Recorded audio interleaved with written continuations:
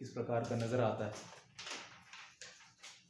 फायदा क्या है एसपीडी का, फॉल्स प्रिवेंटिंग डिवाइस का प्रयोजन होता है कि accidental self release of hook ना हो।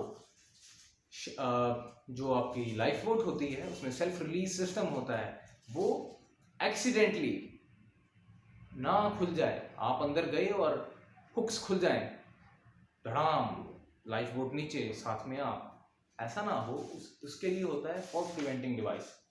इसका आप ध्यान रखें।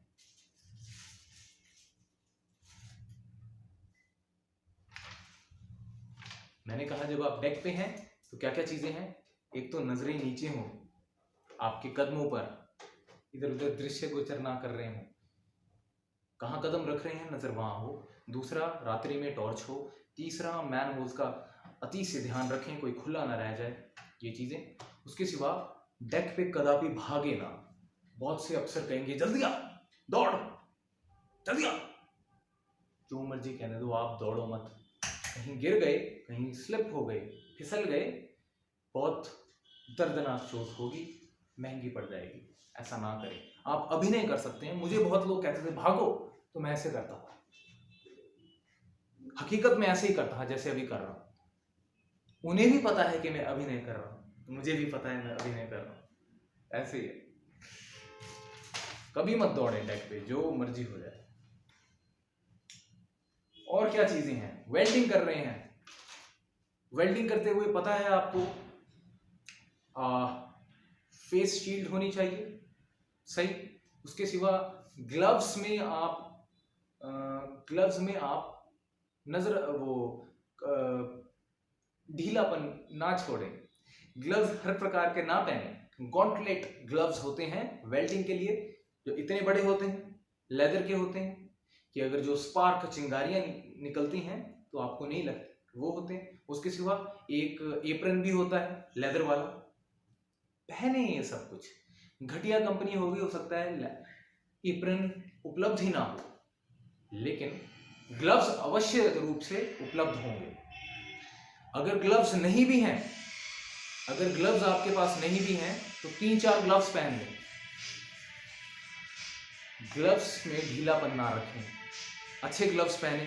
गॉन्टलेट ग्लव्स जो इतने बड़े होते हैं और लेदर के होते हैं, उनका उपयोग करें। यदि इतनी घटिया कंपनी है कि गॉन्टलेट ग्लव्स भी उपलब्ध नहीं है तो 3-4-5-6 ग्लव्स पहने। ये सुनने में अजीब लगेगा, इतने सारे ग्लव्स कैसे पहनो, ऐसा करो। मैं एक घटिया कंपनी में रह चुका हूँ, मैं वहाँ पे वेल्डिंग के दौरान मैंने देखा लेदर एप्रन तो क्या, वो गॉन्टलेट ग्लव्स ही नहीं।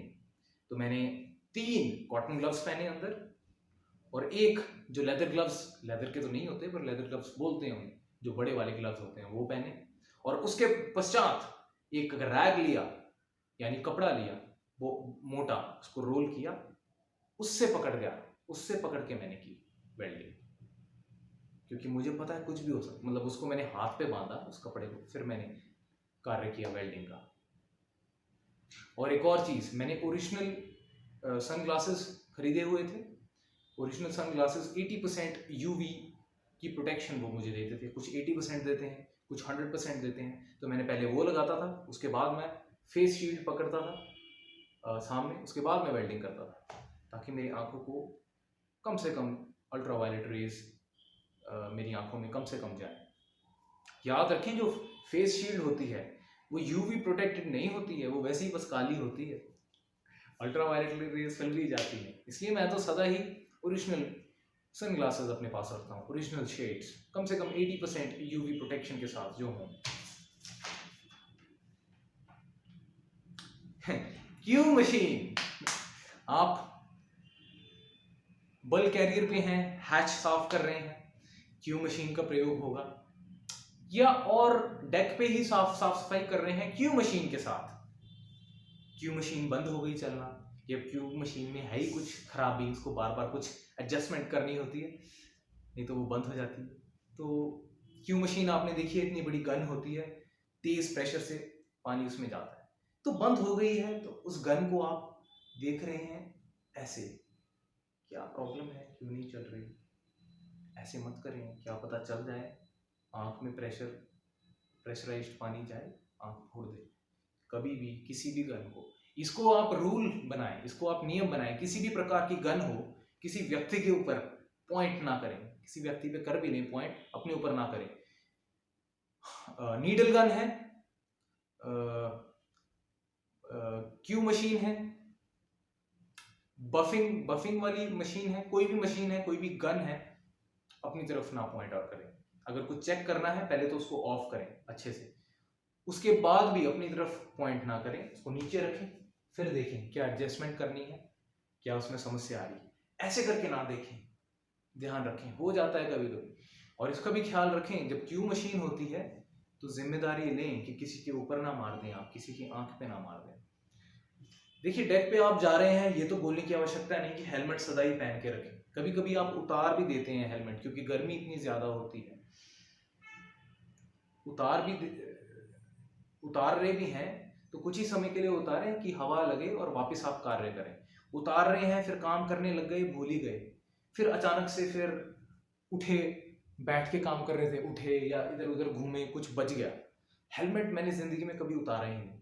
मैंने सिर्फ तभी उतारा जब हम पायलट के लिए वेट कर रहे होते हैं, वो भी रात्रि में, या और किसी टाइम में कहीं वेट कर रहे हैं, वैसे ही बैठे हुए हैं, अकोमोडेशन के पास में हैं, सर के ऊपर खाली आसमान है, तो ही समय पे मैं उतारता था, अन्यथा मैं तो हेलमेट कभी भी नहीं उतारता। खास तौर पे टैंक के अंदर है, इंजन रूम में है, और किसी इनडोर्स हैं, कभी भी ना उतारें, पता नहीं क्या चीज कब सर पे लग जाए। एक इंजरी है, एक तरह की चोट हर दूसरे व्यक्ति को मिलेगी। अगर आपने जीवन में 3 जहाज सेल किए हैं तो इन 3 जहाज में कम से कम आपको 2 व्यक्ति तो मिलेंगे जिनको ये समस्या होगी, कमर दर्द की समस्या पक्का होगी किसी ना किसी को। क्यों? क्योंकि हाउ टू लिफ्ट वेट, किसी वजन को उठाने का सही तरीका क्या होता है, ये आपको प्रीसी ट्रेनिंग में सिखाया गया है। और कैडेट इंडक्शन ट्रेनिंग यदि हुई है, अच्छी कंपनी में आप हैं तो ये हुई होगी, इसमें भी इस पे जोर दिया जाता है कि वेट किस प्रकार से उठाते हैं, इसे सीखें। ये आपकी पीठ है, ऐसे करके ना उठाएं, अधिकतर ऐसे करके उठाते हैं हम, ऐसे करके नहीं उठाई जाती। वेट को उठाते हैं हम उठक बैठक जैसे करते हैं, इस प्रकार से हम पूरा नीचे बैठते हैं। डेडलिफ्ट कैसे करते हैं आप इतना ही सीख लें, जिस प्रकार से डेडलिफ्ट करते हैं, बैठ के बैठते हैं और फिर पकड़ते हैं वजन को, फिर ऊपर उठते हैं। और ऊपर भी कैसे उठते हैं, झटके से नहीं, आराम से उठते हैं। आपको मसल्स का प्रयोग करना है, इतना ध्यान रखें। इस रीढ़ की हड्डी का प्रयोग नहीं करना। जब आप बैठते हैं, जब आप सामान कुछ उठा रहे हैं हैवी, आप नीचे बैठें, ठीक है, आप नीचे बैठें, स्क्वाट करें, नीचे बैठें, उसके बाद सामान को पकड़ें और रीढ़ की सीधी हड्डी को सीधा रखें, फिर ऊपर उठें धीरे धीरे। आप इसको YouTube पे देखें, how to lift weight correctly, ये चीज। दूसरा, हाउ टू परफॉर्म डेडलिफ्ट, ये भी सीख लें। इनका मैं लिंक डाल भी देता हूँ डिस्क्रिप्शन पे, ताकि आप समझ जाएं अच्छे से कि आपको जोर यहाँ पीठ से नहीं लगाना, आपको जोर लगाना है अपनी थाइज से, अपनी जांघ से आपको जोर लगाना है, अपने घुटनों पे आपने ध्यान केंद्रित करना है कि घुटनों से मैं जोर लगा रहा हूँ, अपनी जांघ से मैं जोर लगा रहा हूँ, ऐसा सोचना है। इस प्रकार से वजन को उठाना है, और वजन शरीर के जितना निकट रखेंगे उतना आपको हल्का लगेगा, जितना दूर रखेंगे उतना भारी लगेगा। यदि ये कोई वजन है, इसको ऐसे ना उठाएं दूर, इसे अपने पास ऐसे रखेंगे तो आपको आसान होगा उठाना। वेट भार कम लगेगा। यदि ऐसे रखेंगे तो थोड़ा आपको ज़्यादा भारी लगेगा। यदि अपने शरीर के पास चिपका के रखेंगे तो इसका भार कम महसूस होगा, कम प्रतीत होगा। तो वेट लिफ्टिंग अच्छे से सीखें। अधिकतर लोगों को 3 जहाज कर रहे हैं तो कम से कम 2 व्यक्ति आप जरूर मिलोगे जिनको पीठ में दर्द होगी, जिन्होंने ऐसी गलती की होगी कि सही तरह से वेट नहीं उठाया, बेंड होके उठाया। और बहुत भारी वेट लग रहा है तो अकेले ना उठाएं कि मैं दिखाता हूँ, मैं जिम वाला बंदा हूँ यार, मैं इतने सालों से जिम कर रहा हूँ, मैं दिखाता हूँ उठा के। उठा तो दिया, क्या है, कोई ज़रूरत नहीं है, ज़्यादा भारी है, आप मदद लें किसी की। जोर ना लगाएं आप जहाज पे, जोर जिम पे ही लगाएं, वहीं करें आप, यहाँ पे ज़्यादा जोर मत दें, जोर मत लगाएं। अपने मित्रों का, अपने शिपमेट्स, अपने साथियों का की सहायता लें, सहयोग लेकर ही हैवी वेट को, भारी वजन को उठाएं, ये ध्यान रखें। ग्लव्स के बारे में बात कर रहा था, दस्तानों के बारे में। वेल्डिंग कर रहे हैं, गॉन्टलेट ग्लव्स लेदर वाले, ठीक है। मूरिंग रोप्स को हैंडल कर रहे हैं, मूरिंग रोप्स को हैंडल कर रहे हैं, कॉटन ग्लव्स ही लें। टग रोप्स को हैंडल कर रहे हैं, कॉटन ग्लव्स। कॉटन ग्लव्स पूरी फिटिंग वाले होते हैं, इनका ये फायदा है। यदि आपने दूसरे बड़े वाले ग्लव्स पहने हो ना, जिन्हें लेदर ग्लव्स बोलते हैं, लेदर के तो होते नहीं, होते कपड़े के ही हैं, बोलचाल में लेदर ग्लव्स बोल देते हैं, वो यदि पहने हो, वो टाइट फिटिंग नहीं होते, वो खुले होते हैं। अब वे रस्सियों के साथ फंस सकते हैं। मेरे साथ हुआ था, मैंने टग रोप पकड़ी हुई थी और टग ने खींचा और साथ में मैं खिंच गया, जो मेरा ग्लव है वो फंस गया रोप और फेयर लीड के बीच में। अब फेयर लीड और रोप के बीच में ग्लव फंसा, तो रोप मेरे ग्लव को खींच रही है, ग्लव मेरे हाथ को खींच रहा है। इस तरह से मेरी उंगली, ये दोनों उंगली रोप और फेयर लीड के बीच में आ गई थी, लेकिन किस्मत से मैं बच गया, कुछ नहीं हुआ, मैंने निकाल लिया। थोड़ी चोट आई, तो ये ध्यान रखें, सही जगह पे सही प्रकार के दस्ताने पहने। अब वायर रोप्स हैंडल कर रहे हैं, चेन्स हैंडल कर रहे हैं, उस समय आपके लिए लेदर ग्लव्स, वो जो बड़ी फिटिंग वाले ग्लव्स होते हैं, वो अच्छे रहेंगे। क्यों? क्योंकि वायर रोप्स में समस्या होती है, कोई ना कोई वायर ऐसी निकली होगी, समझ रहे हैं आप, कि कोई रस्सी है, वायर रोप है, उसकी वायर थोड़ी सी टूटी होगी, ऐसे निकली होगी। अब वो कांटे की तरह चुभेगी आपको, क्योंकि आप रस्सी खींच रहे हैं या रस्सी दे रहे हैं, रस्सी पकड़ रहे हैं। आप कॉटन ग्लव्स जब पहनते हैं टाइट फिटिंग वाले, वो पक्का चुभेगी आपको अचानक से, बहुत जोर के। और अक्सर देखा जाएगा कि वायर रोप्स, जहां वायर रोप है वहां पे कोई ना कोई ऐसे निकला होगा उसका एक कण, जो आपको चुभेगा। तो यदि आपने वो लेदर ग्लव्स पहने हो तो उस चीज से आप बच जाते हैं। एक चीज और वायर रोप से मुझे याद आती है, यदि आप, जब भी आप डी रस्टिंग कर रहे हैं, तो आप पहले ब्रश करते हैं, वायर ब्रश से साफ करते हैं, रस्ट लगी हो। अब किसी भी प्रकार का लोहा हो, किसी आप चेन को कर रहे हो, वायर रोप को कर रहे हो, कोई भी लोहा, आप पेंट करने जा रहे हो, आप, तो वायर ब्रश से आप उसे ब्रश करते हैं। उस समय याद रखें, आप चश्मे आपने जरूर पहने हो, इसलिए मैं तो सदा ही सन ग्लासेस सदा ही पहन के रखता हूँ, सिर्फ रात्रि में उतारता हूँ, सदा ही पहन के रखता हूँ। याद रखें, जब आप वायर ब्रश का प्रयोग कर रहे हैं, अनिवार्य रूप से कोई ना कोई डस्ट पार्टिकल या रस्ट पार्टिकल हो सकता है, डस्ट हो, कोई धूल मिट्टी का कण हो, या जंग जो लगी होती है उसका कण हो, वो भड़ाक आंख में पड़ता है, वो पक्का ही पड़ता है। और जब वायर ब्रश करते हो, जब पड़ जाता है, फिर ध्यान आता है, ओहो चश्मा पहनना चाहिए था, फिर आप जाते हो चश्मा पहनने। तो याद रखें, चश्मे बहुत अनिवार्य रूप से आप पहने।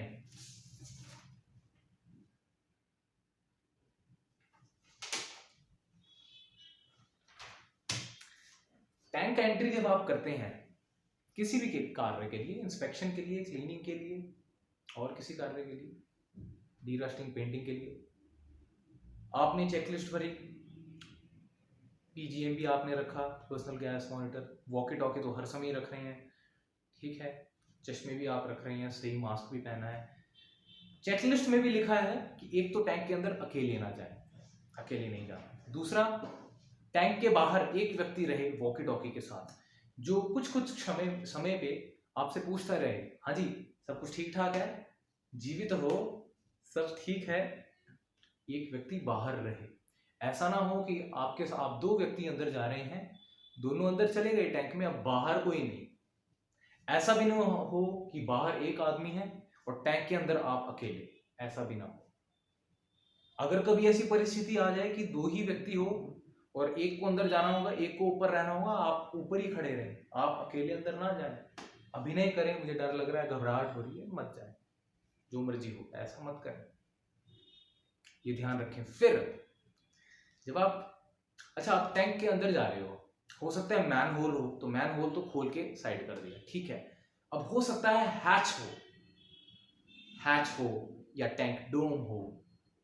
जब आप हैच को खोल के अंदर जाते हैं या टैंक डोम खोल के अंदर जाते हैं, सिक्योर करें, पहले हैच को सिक्योर करें, टैंक डोम को सिक्योर करें। उसे इस प्रकार से सिक्योर करें कि कहीं रोलिंग हो और अचानक से अपने आप ही हैच बंद हो जाए, ऐसा ना हो। सोचिए आप बाहर निकल रहे थे, सीढ़ी चढ़ चढ़ के बाहर निकल रहे थे, अभी हैच खुला था और अचानक से रोलिंग हुई और धड़ाम हैच बंद हुआ, आपके सर पे लगा। बेशक हेलमेट वगैरह पहना हो, इतनी जोर के वो लगेगा, सबसे पहले तो आप गिरोगे नीचे। तो इन चीजों का आप ध्यान रखें। हैच हो, टैंक डोम हो या अकोमोडेशन डोर हो, जब भी आप इन्हें खोलते हैं ऐसे ही ना खोलें, इन्हें पहले सिक्योर किया करें। पेंट लॉकर के अंदर जा रहे हो, सोपेप लॉकर के अंदर जा रहे हो, बोसन स्टोर में जा रहे हो, किसी भी स्टोर में जा रहे हो, आपने डोर खोला, वाटर टाइट डोर खोला, या किसी टैंक में जा रहे हो तो हैच खोला, खोलते ही सबसे पहले उसे सिक्योर करें, डोर को सिक्योर करें, फिर ही अंदर जाएं। पेंट लॉकर की बात आ रही है, पेंट स्टोर में आप जा रहे हो अंदर, सीधा अंदर मत घुस जाओ, उसको खोलो। सबसे पहले तो बाहर ब्लोअर, पेंट लॉकर में ब्लोअर होता है हमेशा, सबसे पहले तो उसका ब्लोअर ऑन करो, ठीक है। 5 मिनट तो ब्लोअर ही ऑन रखो, दरवाजा खुला रखो, 5 मिनट ब्लोअर ऑन रखो, फिर ही अंदर जाओ। ऐसे नहीं कि ओ लेट हो रहा है, ले भाई खुला, लेग के अंदर बाहर, ऐसे मत करो, ये सेहत के लिए अच्छा नहीं है। ज़्यादा से ज़्यादा क्या होगा, अगर 5 मिनट रुकोगे भी, कोई आप पे चिल्लाएगा, कोई अफसर बोलेगा जल्दी करो, टाइम हो रहा है, खड़े हुए हो, बोलने दो, कोई बात नहीं, अफसरों का काम है चिल्लाना, और काम तो वैसे ही बहुत ज़्यादा है, काम कभी ख़त्म नहीं होने वाला, जितना आप करोगे उतना और मिलता जाएगा। ये एक क्षितिज की तरह है काम, जितना पास जाते हो उतना दूर क्षितिज होता जाता है।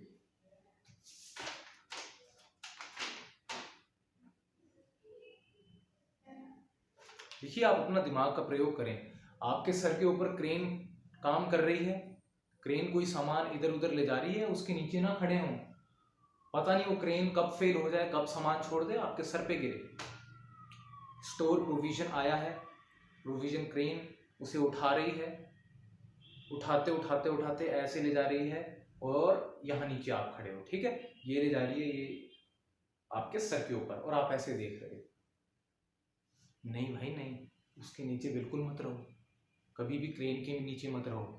कभी भी किसी ने वेट उठाया हुआ है, किसी मशीन ने, उसके नीचे मत रहो, कभी भी गिर सकता है नीचे। जहाज पे इस तरह विचरण करें, कभी भी गड़बड़ हो सकती है। अगर किसी आप लैडर पे खड़े हो, कभी भी लैडर गिर सकती है।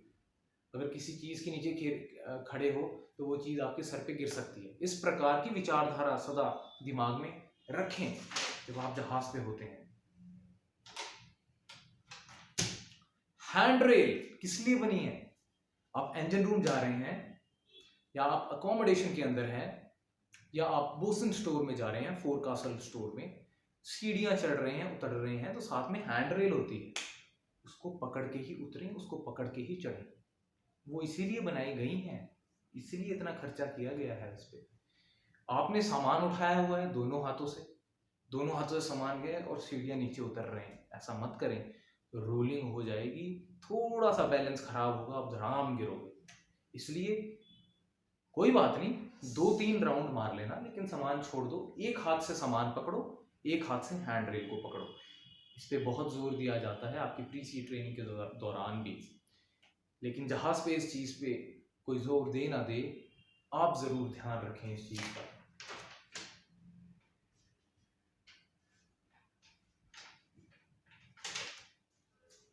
आप शायद पूजा अर्चना करते हो, आप शायद अगरबत्ती जलाते हो, धूप बत्ती करते हो, कैबिन्स के अंदर धूप बत्ती नहीं जलाएं, दिया नहीं जलाएं, इंसेंस स्टिक, अगरबत्ती ना जलाएं। एक तो स्मोक डिटेक्टर होता है वहाँ, दूसरा फायर का रिस्क हो जाता है।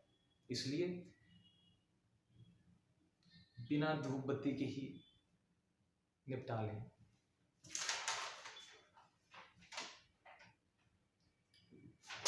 माइक्रोवेव का हो सकता है जीवन में कभी प्रयोग आपने ना किया हो, जहाज पे जाके पहली बार आपने माइक्रोवेव देखा। माइक्रोवेव में कभी भी मेटल नहीं डालते, कोई धातु की चीज़ मत डालें, कोई स्टील प्लेट, स्टील का चम्मच ना डालें, चीज़ें ध्यान रखें। आपने पहली बार टोस्टर देखा हो, घर पे कभी टोस्टर का प्रयोग ना किया हो, जीवन में कभी टोस्टर का प्रयोग ना किया हो, जहाज पे गए आपने देखा टोस्टर है, बहुत पसंद आया, और ब्रेड उसमें आपने गर्म की खाई, कुछ ब्रेड उसमें टूट गई या अंदर रह गई, आपने सोचा इसको साफ तो कर दूं मैं, ब्रेड अंदर रह गई है, आपने एक चम्मच लिया, उस चम्मच से आप निकालने लगे। अब हो सकता है टोस्टर ऑन हो, टोस्टर ऑन है, ऑन भी ना है, प्लग्ड इन है, प्लग लगा हुआ है, और आप अपने चम्मच से चम्मच को टोस्टर के अंदर डाल रहे हैं, शॉर्ट सर्किट हो जाएगा, वो खराब हो जाएगा। माइक्रोवेव में कभी भी धातु की चीज़, स्टील प्लेट, स्टील का चम्मच नहीं डालना, स्टील की कटोरी नहीं डालना। टोस्टर का प्रयोग कर रहे हैं तो जिसके अंदर आप ब्रेड डालते हैं वहाँ अंदर चम्मच नहीं लगाना आपने स्टील का। लगाना भी हो, अगर लगाना भी पड़ जाए किसी कारण, तो पहले उसका प्लग निकालो, पहले ऑफ करो, प्लग निकालो, फिर उसको साफ करो, फिर उसको आप चम्मच डाल सकते हो, लगा सकते हो। चीज़ों का ध्यान रखें। आप पहली बार कैबिन में गए अपने, आपने लैपटॉप रखा अपना टेबल पे, अधिकतर मेज़ होता ही है टेबल, आपने लैपटॉप रखा, अचानक से रोलिंग होने लगी, लैपटॉप धड़ाम गिरा नीचे। इसलिए जहाज पे होता है anti skid mat, anti skid mat, एक सफ़ेद रंग का कपड़ा ही होता है, उसके ऊपर कोई भी चीज़ रखो ना, वो घिसटती नहीं है। फिर जितनी मर्जी रोलिंग हो जाए, लैपटॉप हो, कोई घड़ी हो, कोई भी सामान हो, एंटी स्किड मैट के ऊपर रखते हो तो फिसलती नहीं। इसलिए लैपटॉप वगैरह कोई ऐसा सामान रख रहे हैं जो टूट सकता है, जो आप चाहते हो रोलिंग के दौरान रोल ना हो, उसे आप एंटी स्किड मैट पे ही रखें। एंटी स्किड मैट किससे मिलेगी, किससे मांगोगे? चीफ ऑफिसर से, स्टूअर्ड के पास जाइए, जनरल स्टूअर्ड जीएस हैं आपके, उनके पास जाइए, उनसे प्रार्थना करें, आग्रह करें कि कृपया मुझे एंटी स्किड मैट दें।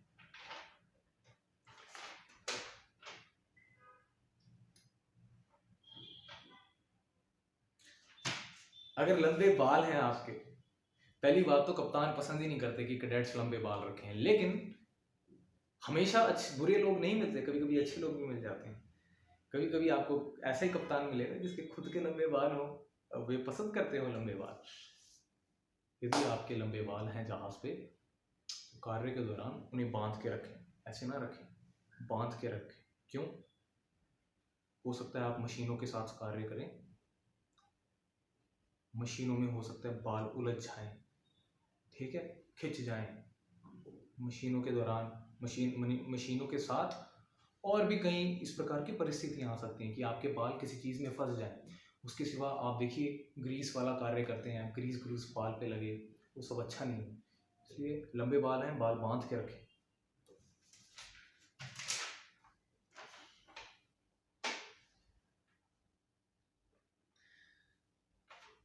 एक चीज याद रखें, आपके स्टोर्स में आई वॉश होता है, बोसन स्टोर में होता है। बोसन स्टोर मतलब फोरकासल डेक है, फोरकासल स्टोर है, उसी को बोसन स्टोर भी कहते हैं। वहां पे आपको आई वॉश मिलेगा, सोप एप लॉकर में भी आपको आई वॉश मिलेगा, और एक पूप डेक में किसी स्टोर में अवश्य आपको आई वॉश मिलेगा। यदि वहां ना मिले तो अकोमोडेशन में कहीं ना कहीं आई वॉश होगा। तो ये 3 जगह जरूर होंगी, फॉरवर्ड में फोरकासल डेक, फोरकासल स्टोर, बोसन स्टोर, वहाँ पे आई वॉश होगा। फिर जो शिप के मध्य में कहीं सोप एप लॉकर होगा, वहाँ पे आई वॉश अवश्य होगा। और शिप के आफ्ट में या तो पूप डेक में या अकोमोडेशन में कहीं ना कहीं आई वॉश होगा।